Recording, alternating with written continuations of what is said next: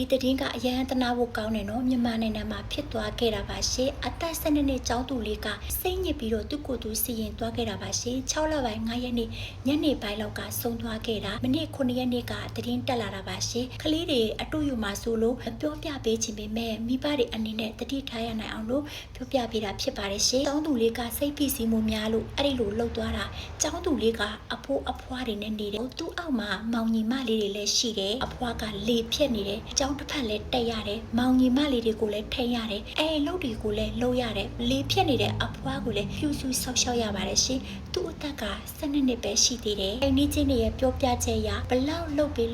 မျက်နှာကောင်းမရဘူးအဖိုးအဖွားတွေရဲ့စူပူချိန်မောင်းတဲ့အတန်ကိုနေ့တိုင်းလိုကြားနေရတယ်ထပ်ပြောပြတာကကျောင်းသူလေးဟာအရွယ်နဲ့မလိုက်အောင်စိတ်ဖိစီးမှုတွေနေ့တိုင်းကြုံတွေ့နေရတယ်အဘယ်တော့အဆူကန်ထိမလဲဆိုပြီးတော့အမြဲလိုစိုးရိမ်ပူပန်နေရတယ်နောက်ဆုံးစိတ်ဖိစီးမှုတန်ကိုမခံစားနိုင်တဲ့အဆုံး6လပိုင်း9ရက်နေ့ညနေပိုင်းလောက်ကအိမ်နောက်ကတဲထဲမှာသူ့ကိုယ်သူစီရင်သွားခဲ့တာပါရှင်ဆုံးကိမှာကျောင်းသူလေးကလေဖြတ်နေတဲ့အဖွားရဲ့အလုပ်တွေကိုလည်းဝိုင်းလောက်ကင်ပေးတယ်သူ့မောင်ညီမလေးတွေကိုလည်းထမင်းကျွေးတယ်အိမ်လုပ်တွေကိုလည်းလောက်ကင်ပြီးစီမှအနောက်ကိုသွားလိုက်တာပါအမဖြစ်သူကိုမတွေ့တော့မောင်လေးကလိုက်ရှာတော့မှတဲအိမ်ထဲမှာအမဖြစ်တဲ့သူကစီရင်ပြီးဆုံးနေတယ်မဆုံးခင်မှာအနားမှာရေးထားတဲ့စာလေးတစ်စောင်ရှိခဲ့ပါတယ်ရှင်စာကိုဖတ်လိုက်တော့အမေကိုရေးထားတဲ့စာထဲမှာဗာရေးထားတယ်လဲဆိုရင်အများကြီးဆိုတော့3ကြောင်းလောက်ပဲဖတ်ပြပါမယ်ရှင်အမေသမီးမရှိတော့ရဲ့အမေကစိတ်ချမ်းသာပျော်ရွှင်အောင်နေနော်နောက်နှစ်ဆိုသမီးက6တန်းတက်ရတော့မယ်သမီးကျောင်းတက်ချင်လို့ပတ်စံမရှိတော့တဲ့အမေက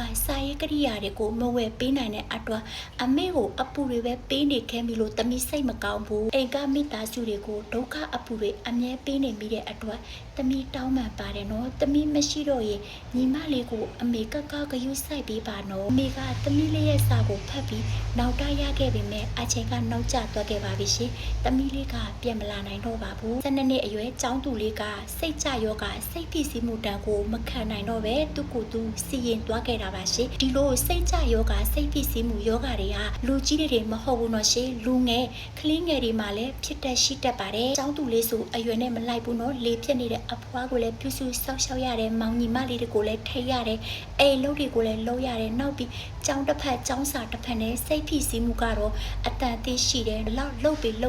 အမြဲတမ်းစုနေတဲ့အိမ်ကမိသားစုတွေရဲ့အဆူခံတွေကိုလည်းနေ့တိုင်းလိုကြုံတွေ့ရတယ်ခလေးမပြောနဲ့တော့လူကြီးတောင်မှဒီလိုတန်တွေကိုမခံနိုင်ပါဘူးရှင်ဒီတော့ခလေးလေးကတဖြည်းဖြည်းနဲ့စိတ်ကြယောဂါတွေကဖြစ်လာပါတယ်စိတ်ပိုင်းဆိုင်ရာတွေကျဆင်းလာပြီးဒီကြားတဲ့အသုံးမကျဘူးဆိုတဲ့စူပူတာကိုလည်းခံရတယ်ရုပ်ပိုင်းဆိုင်ရာပင်ပန်းခဲ့ရင်အနားယူလိုက်ရင်တော့ပျောက်သွားခဲ့ပြီမယ်စိတ်ပိုင်းဆိုင်ရာပင်ပန်းရင်ခလေးဆိုတော့လူကြီးတွေလိုမရင်ကျက်ဘူးမလားရှင်မရှိတော့ရင်ကောင်းပါပဲလူလောကမှာအသက်ရှင်နေလဲအပိုပဲဆိုတဲ့အတွေးတွေဝင်လာတတ်ပါတယ်ရှင်အချိန်မှာဘသူကိုရေဖွေးလို့ဖွေးရမှန်းမသိပဲနာတာရှည်စိတ်ဖိစီးမှုတွေကိုဖြစ်စေနိုင်တယ်။ဘာတွေအနေနဲ့ကလေးတွေရဲ့ရေဖွင့်စကားတန်ကိုအချိန်ပေးနားထောင်ပေးကြပါရှင်။အလောက်ကပြန်လာတိုင်းသူတို့လေးတွေရဲ့အနားမှာခဏလောက်နေပေးကြပါ